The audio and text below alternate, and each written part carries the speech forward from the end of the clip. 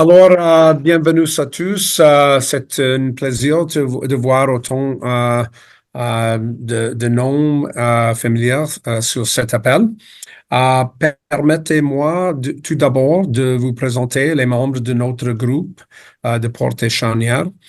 Terry Adamson de Fencan, JF Kogowczyk, Maxim Fencan, Scott Stevenson de Amesbury Truth, Sean Greenhill de Metri, Isabelle Cluley, Fencan et moi-même. Notre groupe sur les portes, formé au début de l'année, se réunit en ligne tous les mois pour discuter de sujets et de questions qui ont un impact sur les promoteurs de portes extérieures à charnière, membres de FENCAN. L'un des résultats de ces réunions est cet exposé technique spécifique pour les portes. L'objectif de ce groupe sur les portes est d'impliquer les promoteurs à travers le Canada qui ont des exigences particulières, surtout lorsqu'il s'agit de certification et de répondre à une grande variété de codes et de règlements. Dans le passé, on a une tendance à se concentrer davantage sur les questions liées aux fenêtres, tout en accordant moins d'attention à l'impact des portes extérieures. Cependant, comme de plus en plus d'entreprises de notre secteur fabricant des portes extérieures à charnière, nous voulons montrer ce que FENCAN peut faire pour aider à comprendre les codes et règlements de plus en plus présents. FENCAN compte plus de 300 membres et le principal porte-parole de l'industrie de la fenestration au Canada. Comme nous le savons, l'union fait toute la force. C'est pourquoi notre groupe Porte Extérieure lance une nouvelle campagne de promotion pour l'adhésion de tous nouveaux membres qui s'inscrivent à FENCAN. En effet, tout nouveau membre qui s'inscrit avant la fin du mois de mai recevra un rabais de 50% sur sa première année d'adhésion. Pour plus d'informations sur cette promotion, veuillez contacter Isabelle.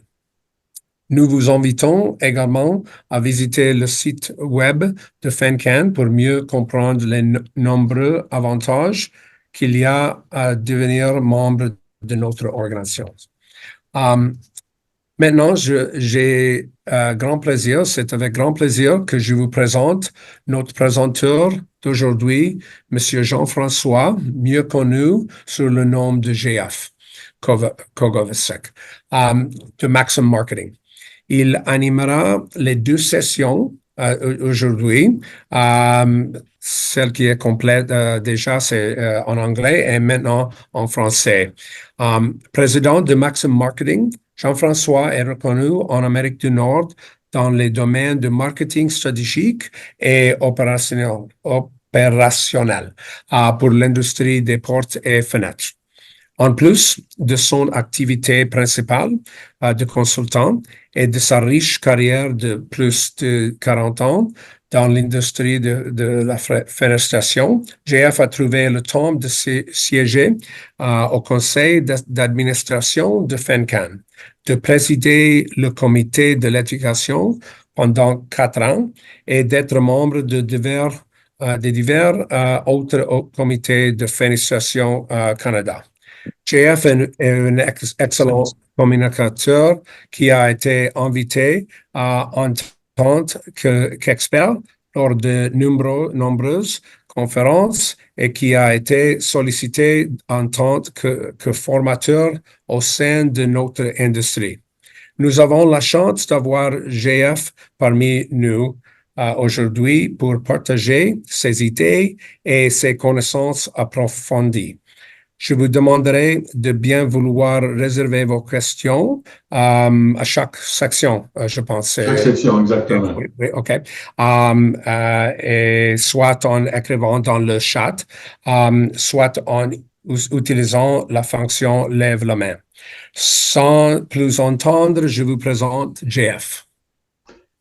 Merci, John. Hey, guys, I do believe I'm on, you know? That's great. Well So, done. les gens qui sont là, si vous avez à parler français à côté de John en pensant qu'il ne comprend pas, attention, attention, OK. Vous êtes trop, trop gentil. Merci. Merci, John. Bien gentil de la présentation. Écoutez, on est là aujourd'hui pour parler de différents sur des questions que vous auriez pu poser, vous avez même pas pensé encore à poser sur les codes, normes, certifications en vigueur. On va surtout parler des changements aujourd'hui, je vous ferai pas une longue conférence sur tout ce que ça prend sur les portes et fenêtres pour être certifié et en règle, mais plutôt des changements par rapport à ce qu'on a connu depuis quelques années. Alors, sans plus tarder, on y va. Avant, j'aimerais remercier OpenGenella Software Solution pour commanditer notre Tech Talk. Sans nos commanditaires, on ne pourrait pas faire autant d'activités. Merci OpenGenella. Alors, sur vol de la présentation aujourd'hui, on va parler de certification Energy Star, NFRC versus CSA. Comme vous avez vu cette année, ça a été un peu démocratisé, ce que je dirais, la certification CSA, donc était possible de certifier CSA plus qu'avant, si on veut, cette année. Il y a quelques changements au code du bâtiment qui concernent les portes d'entrée qu'on va regarder. On va parler aussi des normes, pas des normes, dans le code, quand on parle d'accessibilité, pour les gens qui ont des mobilités réduites, on va voir un peu ce qu'il y a eu comme changement. Et ce qu'il y a de nouveau dans le code cette année, c'est ce qu'on appelle les établissements ou les bâtiments de réunion ou qui sont spécifiques, dont leur spécifique rôle est d'avoir des réunions qui s'y tiennent. Donc ça, c'est nouveau dans le code du bâtiment. Alors, sans plus tarder, on va commencer. Certification Energy Star, NFRC versus CSA. Donc, d'abord, on va parler de la certification NFRC qui est, celle qui était en vigueur, celle qui était la plus utilisée jusqu'à présent, avant 2023. Et donc, on va en parler. Je vais surtout faire ressortir ce qui est différent de la CSA. Donc, les deux programmes sont basés sur la ANSI NFRC 100, 200, 2023 pour la valeur U et 200 2023 pour l'évaluation du coefficient de gain de chaleur solaire et la transmission visible. NFRC, on peut vendre des deux côtés de la frontière, Canada et US. Ça nous prend, pour être en règle, des rapports de simulation et de validation. Les deux sont requis. Seulement la valeur U impériale est reconnue. On va le voir, on peut mettre une valeur métrique, mais une certaine façon de le calculer. Les agences d'inspection sont obligatoires, donc des agences que vous connaissez sûrement, des NAMI, Keystone et RI. Donc, ce sont les gens qui viennent s'assurer que vous faites la bonne chose, que vous étiquetez de la bonne façon et que vous faites ce que vous avez dit dans le manuel d'assurance qualité que vous leur avez fourni et ce qui est aussi requis, ce manuel d'assurance qualité-là. On peut utiliser un cadre par défaut, qui est un cadre par défaut d'NFRC, autant pour les systèmes de porte que pour les fenêtres de porte. Donc, on peut utiliser ça. Ou on peut y aller spécifiquement pour votre système de porte à vous. C'est sûr que les coûts vont être différents, mais c'est possible de le faire si vous croyez que votre système est de loin plus performant. Un rapport de mise à l'essai selon l'ANAF est requis par NRCan pour la certification Energy Star au Canada. Les étiquettes matricielles sont autorisées pour le moment. Et je dis pour le moment parce qu'il y a des discussions en cours qui ne savent pas si ça va continuer d'être permis. On peut réémettre des rapports de simulation validation d'un manufacturier autorisé. Comment dire, vous avez un fournisseur de porte ou de fenêtres de porte qui a fait des simulations et qui a fait rapport de validation. Vous pouvez réutiliser ces rapports-là et les réémettre au nom de votre entreprise. C'est autorisé. Et le cycle de renouvellement est aux 5 ans à partir de la date du rapport de validation. Je fais attention là-dessus, je pèse plus fort dans le sens où souvent des gens ou des prémonteurs vont, par exemple, si j'ai je m'excuse, mais si j'ai un manufacturier qui fait ses tests, on prend Novatec, on prend ODL, peu importe, font faire leurs tests et vous accrochez après ce rapport-là, donc vous le faites réémettre à votre nom. Mais c'est la date de validation qui a été faite par ce manufacturier-là qui détermine le cycle. Ça veut dire que si vous rentrez dans le milieu du cycle, donc 2 ans et demi après que les tests de validation ont été faits, ben vous, votre certification va durer seulement 2 ans et demi pour la première fois. Après ça, ben, ça va être aux 5 ans. Donc, il faut se souvenir de ça quand vous arrivez, quand le cycle est déjà commencé. C'est pas au moment où vous entrez, c'est au moment où le test de validation était fait. Encore une fois, le programme est le même pour la certification. Si vous êtes certifié CSA, c'est pour le Canada seulement, donc vous ne pouvez pas vendre aux États-Unis. Besoin d'un rapport de simulation seulement, donc pas besoin de rapport de validation si vous certifiez par CSA. Seuls les résultats en valeur métrique vont être reconnus. Et les valeurs du RE, rendement énergétique, sont requises, alors qu'ils ne sont pas pour NFRC. Les agences d'inspection également sont requises, les mêmes, donc ceux avec qui vous faisiez affaire avec NFRC vont être les mêmes agences d'inspection. Par contre, les organismes de certification, il y en a qui vont être maintenant CSA, NAMI, Keystone, d'autres agences de certification, des organismes. Et c'est ça qui a, si on veut un peu démocratiser la certification par CSA. Avant, il y avait à peu près juste CSA et quelques autres au Canada qui pouvaient vous certifier. Maintenant, des agences d'inspection peuvent le faire et donc, ça devient plus facile que c'était avant. Encore une fois, cadre par défaut pour le système et les fenêtres de porte sont autorisés. Encore une fois, le manuel d'assurance qualité est requis. Un rapport de mise à l'essai NAF est requis pour la certification Energy Star par CSA. Mais vraiment, vraiment, ça prend un rapport NAF pour être certifié. Et les tests vont être faits à partir de ce rapport NAF-là. Comme vous savez, pour déterminer un RE, qui est obligatoire, comme on a vu, ben, ça prend le niveau d'infiltration d'air et d'exfiltration d'air. Donc, vous devez vraiment avoir un test NAF qui a été fait, soit pour votre système à vous, ou soit pour un système que vous achetez d'un fournisseur, par exemple, des fournisseurs de cadres et de seuil qui ont fait des tests et qui vont vous permettre de réémettre. Je voudrais juste vous avertir que les agences d'inspection vont vérifier que c'est effectivement vrai que vous achetez ce système-là. Donc, on va s'en sortir en disant, ben, je prends celui-là, ça va être vérifié. Les étiquettes matricielles ne sont pas autorisées. Vous vous souvenez des étiquettes matricielles? Bon, c'est sûr qu'il y a plusieurs résultats décrits sur les 4 grandeurs pour différents modèles de fenêtres de porte, si on veut, et vous pouviez encercler le bon, mais par CSA, vous ne pouvez pas utiliser les étiquettes matricielles. On peut réémettre les simulations, autrement dit, un manufacturier, comme pour NFRC, peut vous permettre d'utiliser leur rapport. Et donc, à ce moment-là, ou encore un fournisseur de système de seuil, c'est-à-dire rapport de simulation pour être, c'est autorisé de réémettre. Le cycle de renouvellement, ça peut varier selon le programme de certification A440.2. Vérifiez auprès de votre agence de certification ou votre organisme de certification. Passons à l'étiquetage, là aussi, il y a pas mal de différences. D'abord, par CSA, Energy Star ou NRCan vous oblige à donc la marque de certification Energy Star, bien sûr.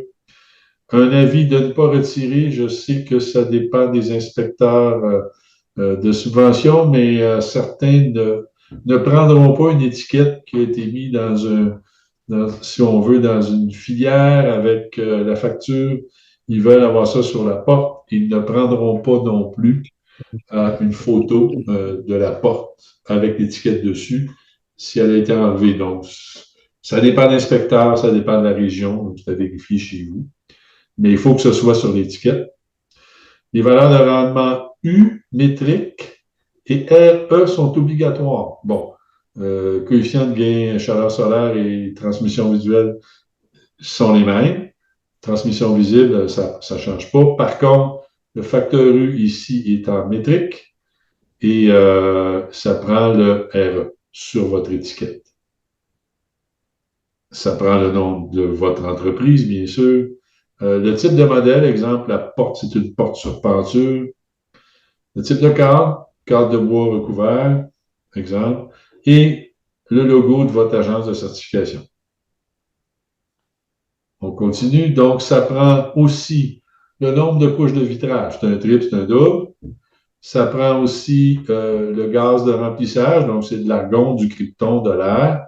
Le nombre de cavités remplies pour les produits comportant plus d'une cavité. Exemple, 2 cavités remplies d'argon air. Le cas échéant, une pellicule à faible émissivité, si vous avez du Louis, c'est quoi l'épaisseur et sur quelle surface. Et le cas échéant, encore une fois, la hauteur générique des grillages ou des carrelages internes. Bobby, tu es sur la ligne. Je t'ai posé la question tout à l'heure pour NFRC. Je te la pose Est-ce qu'on doit afficher aussi les pellicules, l'émissivité, l'épaisseur des couches pour NFRC? Ben, en fait, contrairement, si on prend la différence entre les deux, NFRC, c'est optionnel de mettre l'émissivité et les surfaces. Okay. Et quand on va dans la CSA, ben, c'est obligatoire. OK. On doit mettre l'émissivité et la surface. OK. Ben, je te remercie. Pas pour rien que je l'ai invité.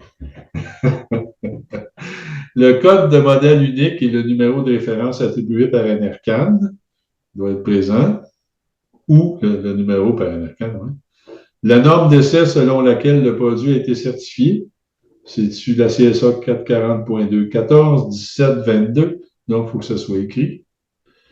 Et le texte relatif aux essais et à l'exclusion de garantie. Donc ça doit être sur votre étiquette.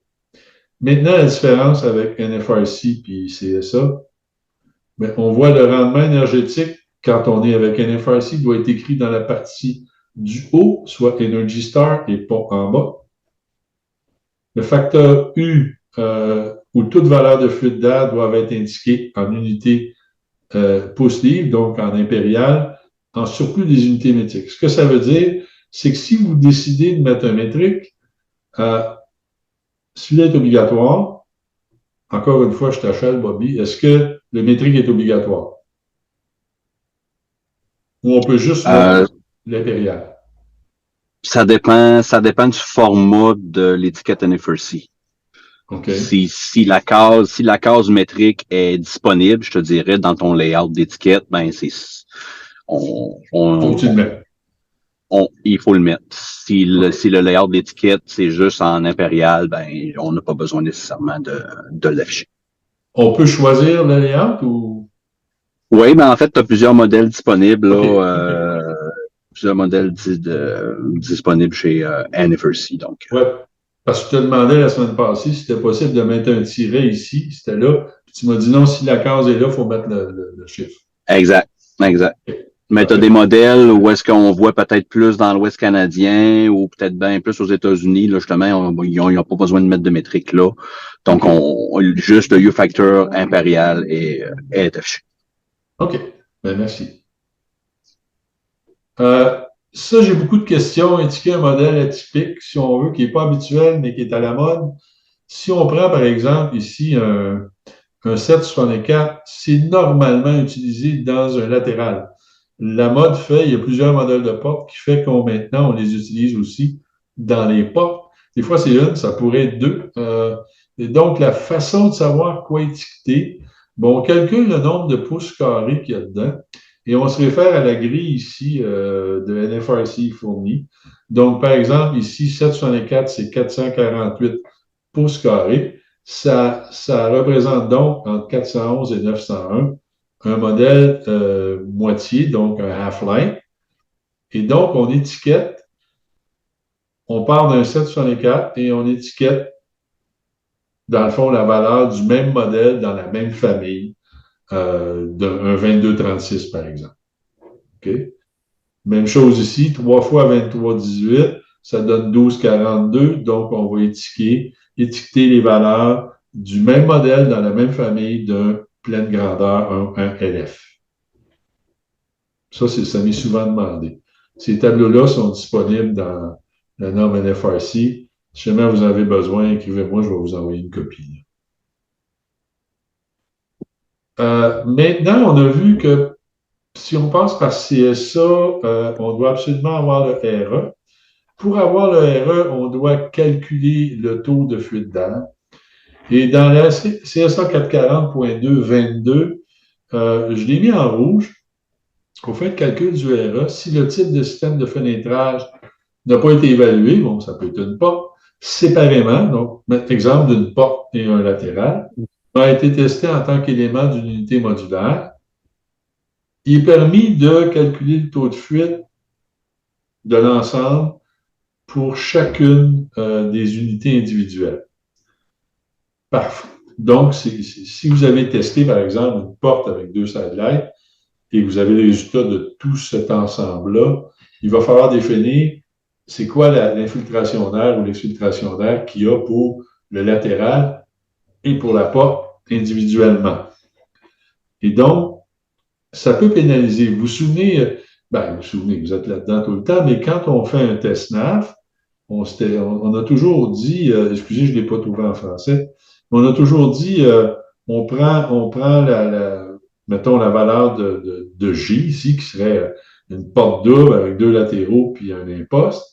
Et si les résultats satisfont nos besoins au niveau de notre marché, c'est-à-dire que notre résultat fait que, c'est parfait, notre marché, on n'a pas de bord de l'eau, on n'a pas un paquet de choses qui fait que j'ai pas besoin d'être plus performant, on peut afficher ces résultats-là pour l'ensemble ici de tout, comme on voit, ça qualifie A, B, C, D, E, F et G.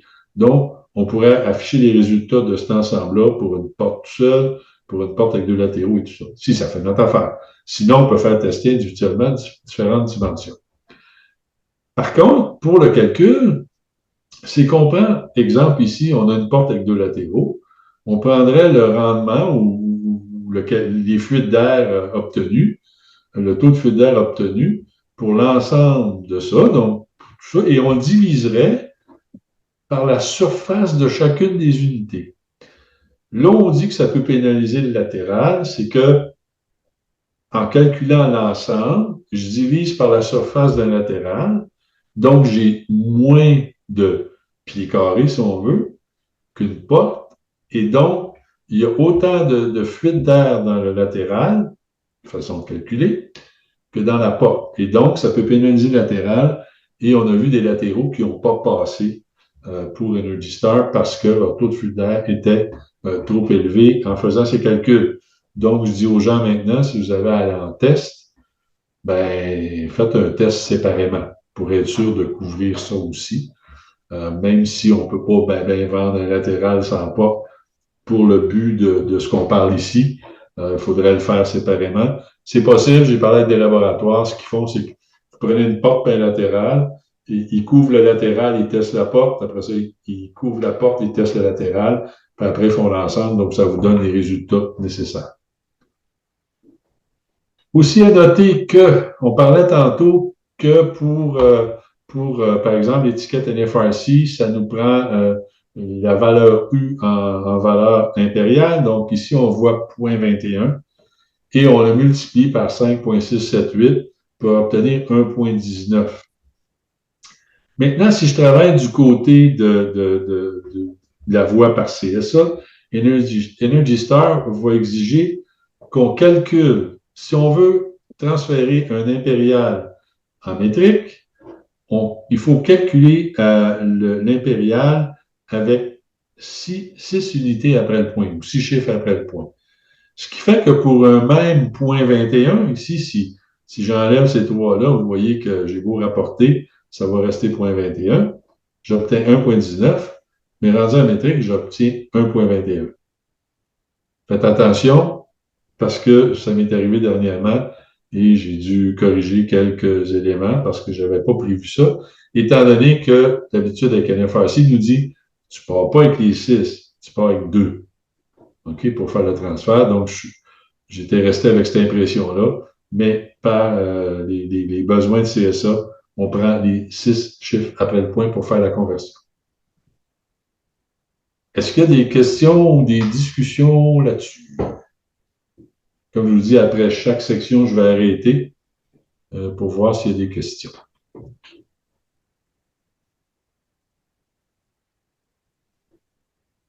Is there anything, Terry, or something you want me to read, or? No, nothing specific from me. No questions coming in that I see. Okay. If there is, we'll talk about it later. Yeah. Fait que s'il y a d'autres questions, on en parlera à la fin de toute façon. Changement au code du bâtiment 2020. Pour les portes. Encore une fois, spécifiquement aux portes. Il y en a pour les fenêtres, mais on a décidé de focuser sur les portes. Donc, il y a une nouvelle norme pour le verre. Elle n'était pas référée avant dans le code, maintenant elle l'est dans le 2020. Donc, elle réfère à la norme CAN-CGSB 12.1-2017 pour le vitrage de sécurité. C'est rendu référé maintenant dans le Code national du bâtiment canadien. L'objectif, c'est de réduire au minimum les blessures qui pourraient être causées par coupure quand un être humain rentre en collision, si on veut, avec du verre. La version précédente, elle datait de 90. Un des objectifs aussi était d'harmoniser avec la norme américaine, que vous voyez là, ANSI Z97.1-2015.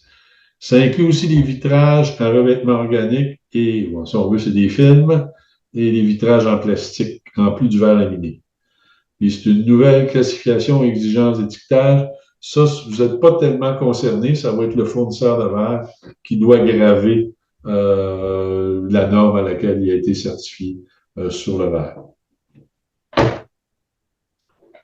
Maintenant, excusez-moi encore une fois, je ne l'ai pas trouvé en français. J'ai pas la norme, effectivement. Mais c'est la même, c'est le même numéro. Donc, on parle de vitrage de sécurité, c'est maintenant dans la norme.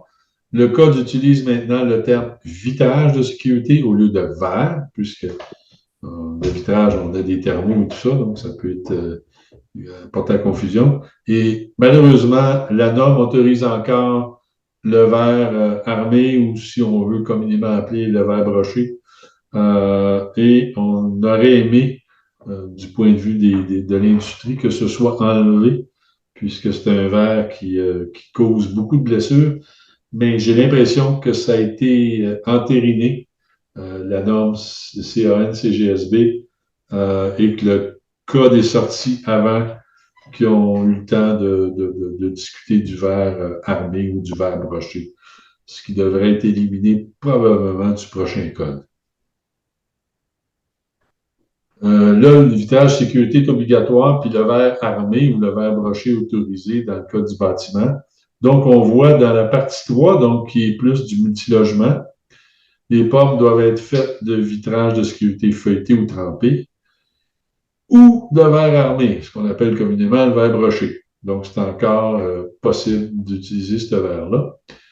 Et le verre des portes et celui des fenêtres adjacentes qui pourraient être confondus avec des portes à l'intérieur ou à l'entrée des logements ou dans les endroits publics doit être conforme à 9614 qu'on va voir tout de suite après. Et encore une fois, le verre broché. Et encore une fois, je vous montre les changements. Donc, c'est ça. Pour ce qui est de 9614, quand on est dans le résidentiel pur, donc un verre armé conforme à la norme qui est en vigueur dans la sécurité armée, sous réserve du paragraphe 4, la surface vitrée des portes.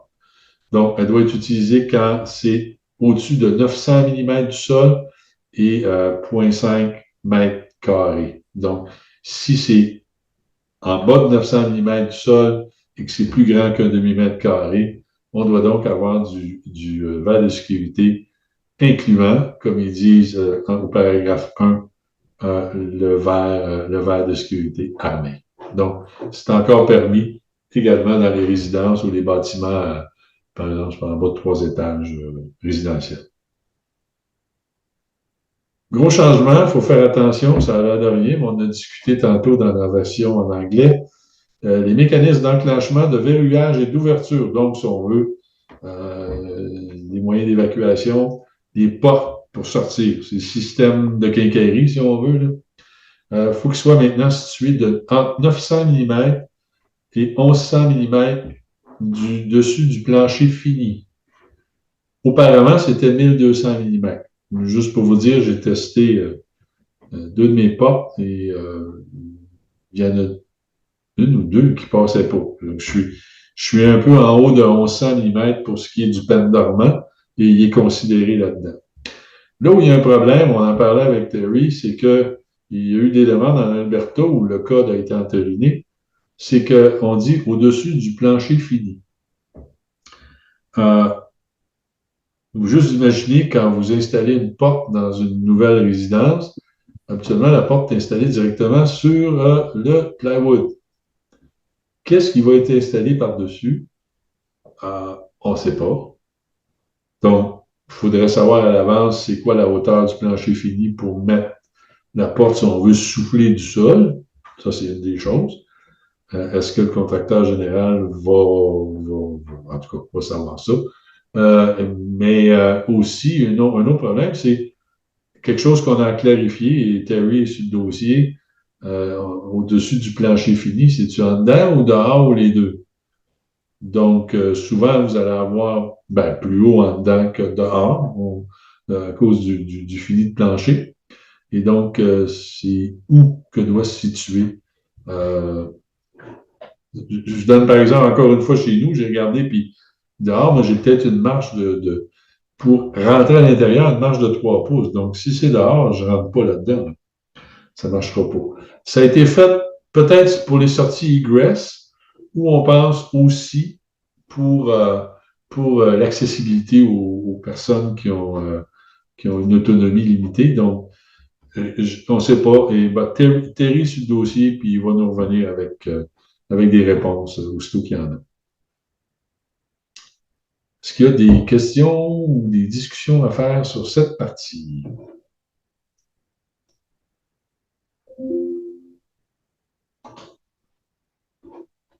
Terry, OK? Yep, go ahead. No questions.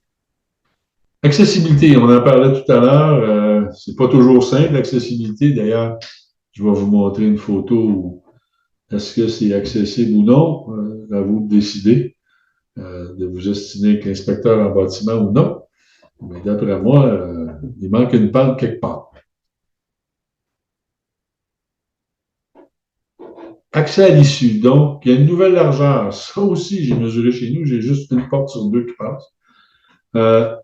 La porte doit offrir une ouverture libre d'au moins 850 mm. Dans l'ancien code, c'était 800.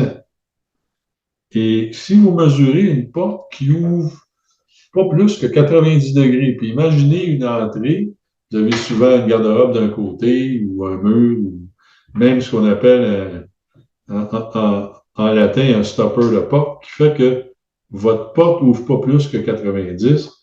Moi, dans un des cas, j'ai pas 850 mm, j'en ai 835. Et donc, c'est sûr que si la porte ouvre à pleine grandeur, ça devrait aider. Donc, vient s'appuyer sur le mur qui en ligne avec la porte, ça devrait aller. Mais sinon, écoutez, j'ai demandé à un manufacturier de porte d'entrée s'il allait aller avec une porte de 37 pouces. Il m'a dit que non, et je comprends. Donc, il faut travailler sur les systèmes de couvre-froid. Donc, les arrêts de porte, je ne sais pas, mais il va falloir y penser. C'est sûr que c'est dans la partie 3. Donc, c'est la partie avec des multi-unités là, résidentielles. Donc, il va falloir vérifier si vous répondez et si vous vendez dans ces bâtiments. Okay, de vous assurer d'avoir 850 mm. Encore une fois, c'est dans le code 2020 du Canada, le Code national du bâtiment. Il n'est pas entériné automatiquement au Québec, donc Le Québec vient d'entériner le 2015. Donc, mais c'est quand même, il faut prévoir que ça s'en vient. Encore une fois, les activités, entrée sans obstacle. Et entrée sans obstacle, bon, ben, on vient de voir que il faut avoir 850 mm pour être considéré sans obstacle. Mais aussi, est-ce que le seuil est à considérer? On a une... What's the height of the sill? Is usually 13 mm, Terry? Terry, il est figé. OK. Hey, Terry, is it 13 mm a sill or to be accessible? Yes, that's correct. Maximum 13 millimeters from the floor. OK. Donc, comme il nous dit, donc, le seuil maximum 13 mm du plancher pour être considéré une entrée sans obstacle. Donc, encore une fois, c'est à vérifier de votre côté.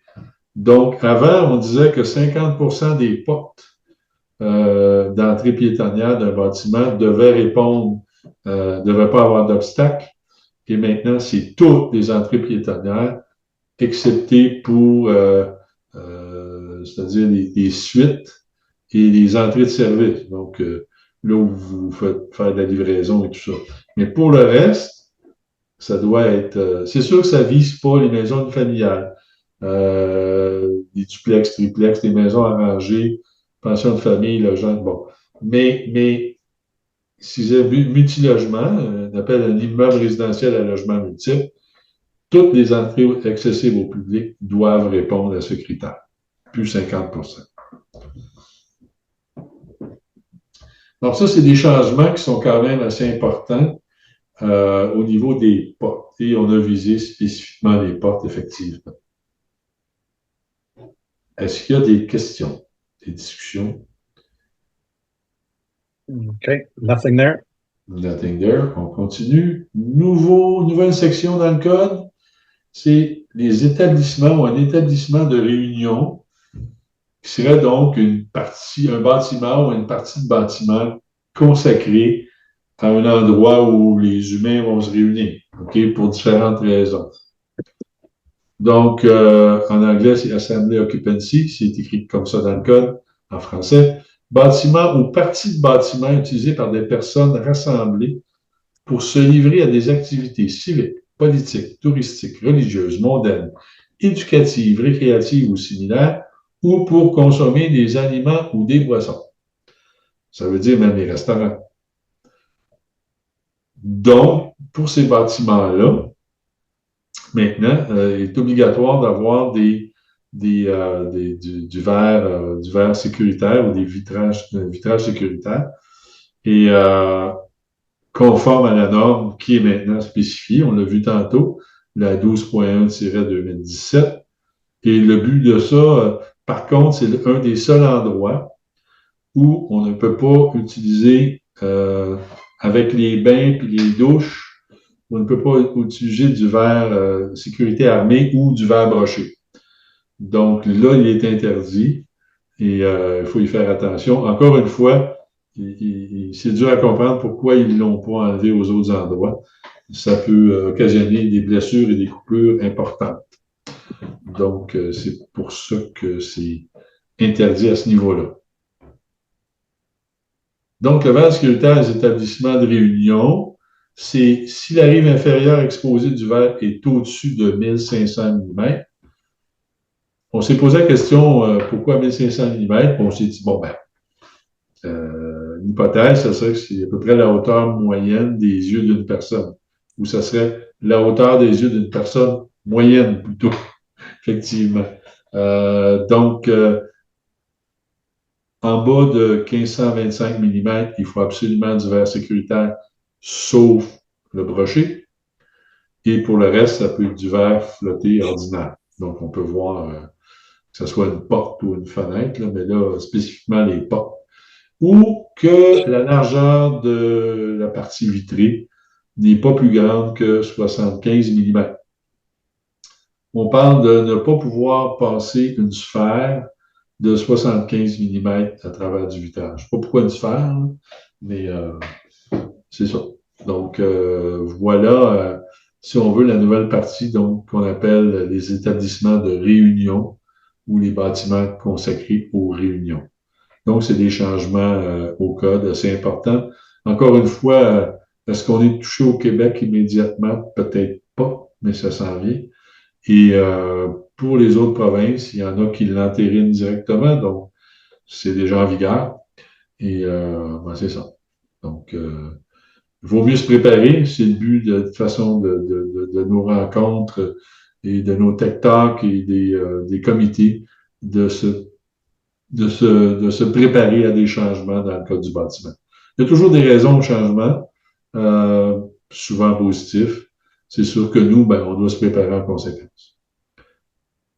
Alors voilà, moi, j'ai terminé la présentation aujourd'hui. Est-ce qu'il y a des discussions? Est-ce qu'il y a des commentaires, des injures?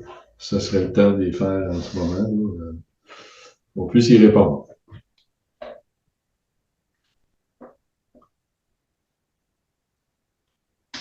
Terry, you're on it? Yes, there is a question, and of course in French, so Maybe I a can little see help it. there. Can you? Okay.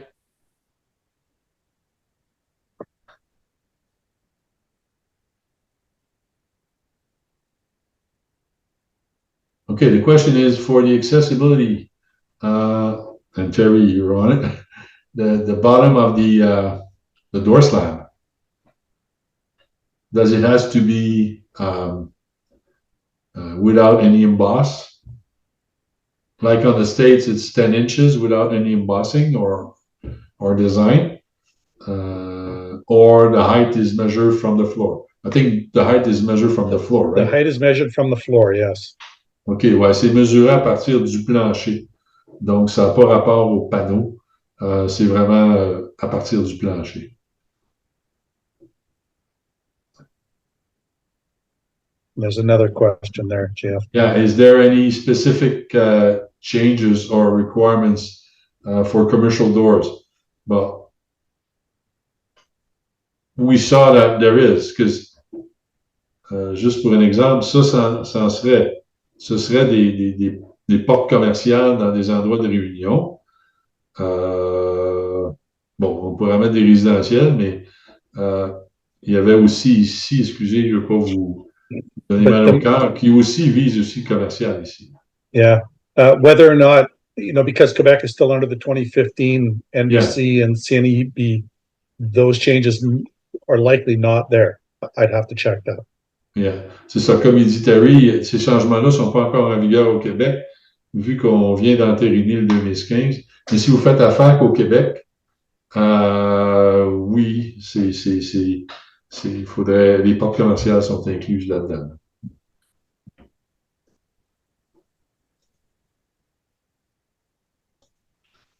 Alors, s'il n'y a pas d'autres questions, je vous remercie de votre présence. Je remercie OpenGenella pour leur généreuse contribution. Donc, en tant que commanditaire, sans eux, on ne pourrait pas. Donc, vous joindre au groupe des portes, ça serait intéressant si ça vous intéresse. Il y a beaucoup de discussions intéressantes dans ce comité de travail. Donc, vous êtes invités à vous joindre si ça vous intéresse. Alors, merci beaucoup de votre présence. On finit un petit peu plus de bonne heure. S'il n'y a pas d'autres questions, c'est de garder plus de place pour les questions. Merci beaucoup. Merci à tous. Thank you very much, guys. Appreciate it.